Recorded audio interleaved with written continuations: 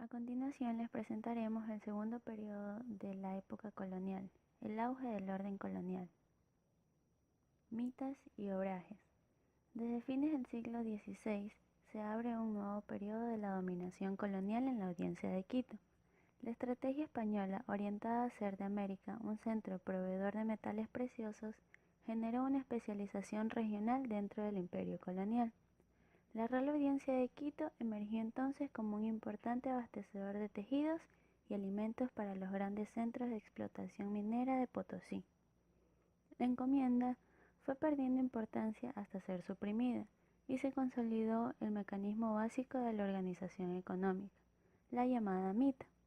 Esta institución de origen incaico, reformulada por los colonizadores, consistía en un determinado tiempo de trabajo obligatorio que los indígenas varones adultos tenían que realizar. La corona distribuyó este tiempo de trabajo reservándose parte de los mitallos para obras públicas y entregando los demás a los colonos españoles que requerían de mano de obra.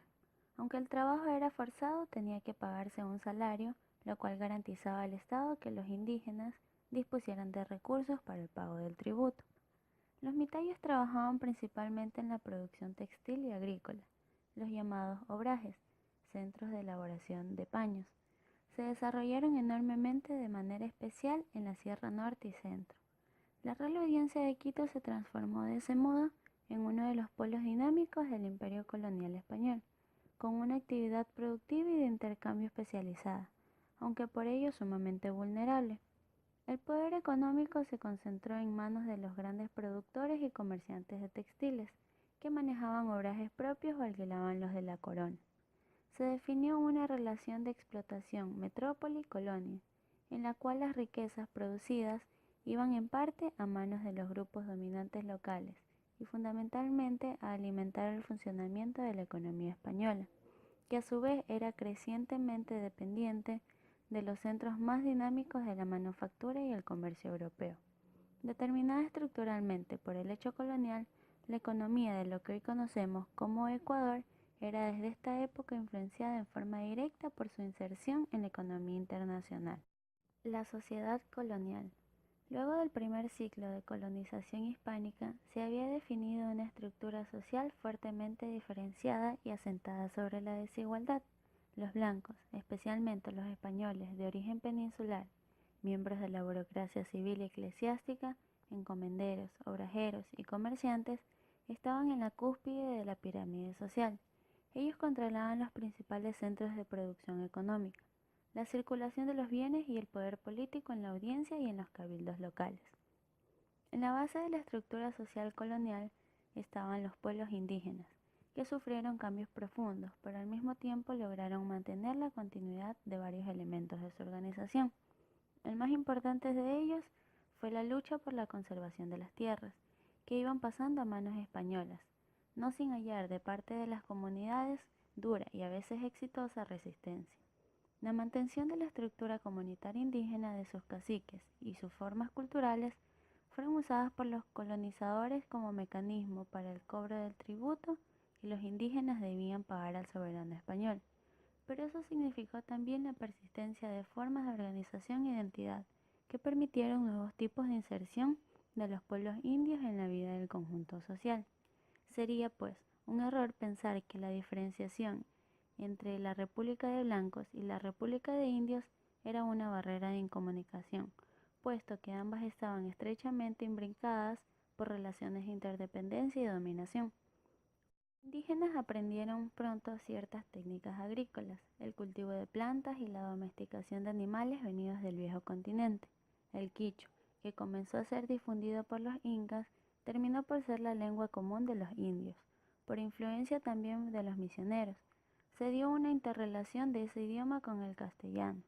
La religión, usada para el sojuzgamiento, fue asimilada como forma de identidad y de expresión. Muchas veces las formas religiosas y culturales fueron más efectivas para la continuidad aborigen que las fugas masivas, los suicidios y los levantamientos violentos, que desde luego tuvieron gran incidencia sobre todo en determinados momentos de la vida colonial. Conforme avanzó la época colonial fue adquiriendo mayor importancia el mestizaje. Este se originó fundamentalmente entre las uniones de conquistadores y mujeres indígenas, gestándose de este modo un grupo social intermedio entre blancos e indios, dedicados a ciertas labores agrícolas, el mediano comercio y la artesanía. Los mestizos bregaron por abrirse campo entre sus dos polos de origen social y étnico, logrando el reconocimiento de ciertos privilegios reservados a los blancos peninsulares, pero quedaron relegados a una situación intermedia y subalterna en la sociedad, puesto que no podían demostrar pureza de sangre.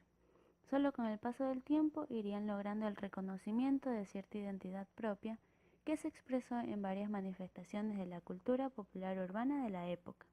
Ya para el siglo XVII, en la Real Audiencia de Quito, se habían asentado varios grupos de esclavos negros importados para realizar trabajos en la costa y en ciertos valles cálidos de la sierra. Fue creciendo de ese modo un grupo social que, aunque minoritario, adquiría importancia sobre todo en ciertos espacios regionales. La situación de esclavitud colocó a los negros en el último lugar de la vida colonial, pero en Esmeraldas surgió una sociedad de negros libres y mulatos, o zambos, que mantenían cierta autonomía frente a las autoridades coloniales. Con la diferenciación socioeconómica y étnica, se consolidó una sociedad estamentaria que consagraba la desigualdad. Sus grupos tenían deberes y derechos diversos de acuerdo a su lugar en la estructura social y el control de la propiedad. Los blancos podían estar exentos del trabajo, especialmente manual, y podían ejercer en forma exclusiva funciones de dirección política y religiosa.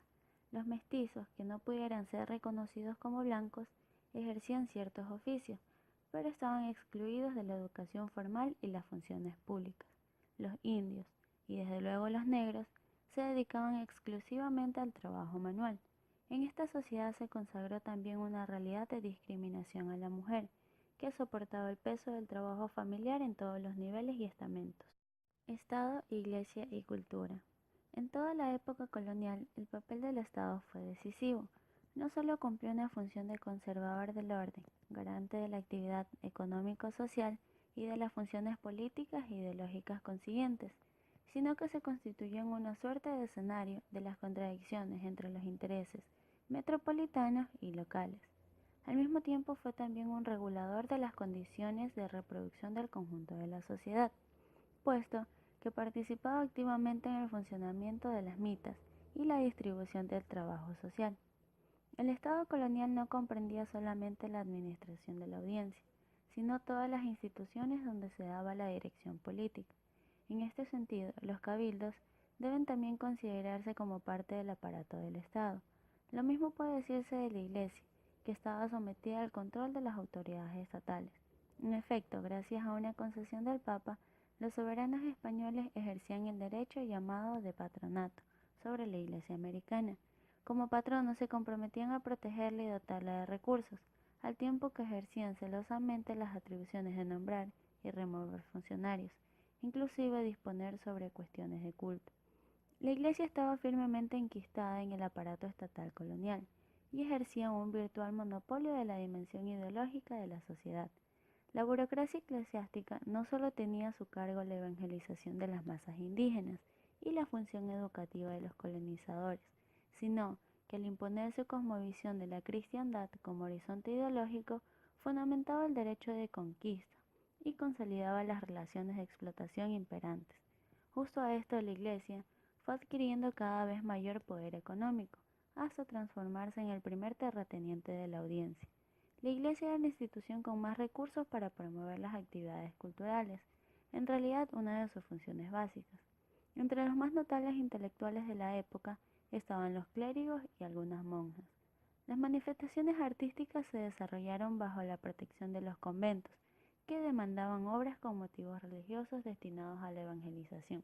El enorme desarrollo de la escultura, la pintura y la construcción que se dio en el siglo XVII hasta bien avanzado el siglo XVIII, se asentó en la utilización de la mano de obra artesanal mestiza y aborigen, que no solo copió calificadamente modelos europeos, sino que introdujo elementos originales que han hecho de nuestro legado cultural una de las más altas expresiones del arte americano.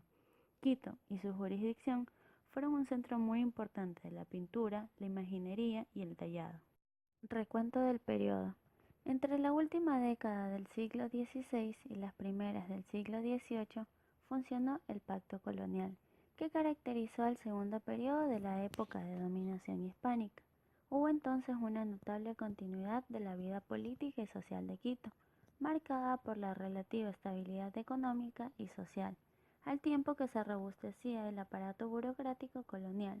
Se profundizaba también la diversidad étnica, sobre todo el mestizaje. Se inició el siglo XVII con la administración del presidente Miguel de Ibarra, que en 1606 ordenó fundar la ciudad que lleva su nombre. Ibarra y sus sucesores continuaron la construcción de nuevos conventos y templos y se dio comienzo a otros. Se ampliaron las misiones, se regularizó la producción de los astilleros de Guayaquil. En la presidencia de Antonio de Morga llegó a su auge la producción textil. Se fundó la Universidad de San Gregorio Magno, que coexistió con la del Santo Tomás de Aquino. Todo esto se dio en medio de un clima de enfrentamiento entre el poder civil y el eclesiástico, y la lucha entre religiosos criollos y peninsulares por el control de las órdenes religiosas. En los años 30 y 50 del siglo XVII hubo dificultades económicas y se acentuó el acaparamiento de tierras por los españoles. Quito fue azotada por sequías y pestes, que obligaron a organizar la atención hospitalaria. También hubo cierto auge en la producción artística y literaria en las décadas siguientes, hasta finales de los 70. Las erupciones del Pichincha destruyeron buena parte de Quito y otras localidades. Se destacó entonces la santa quiteña Mariana de Jesús, cuya vida edificante contrastaba con el relajamiento de los religiosos y sus interminables disputas.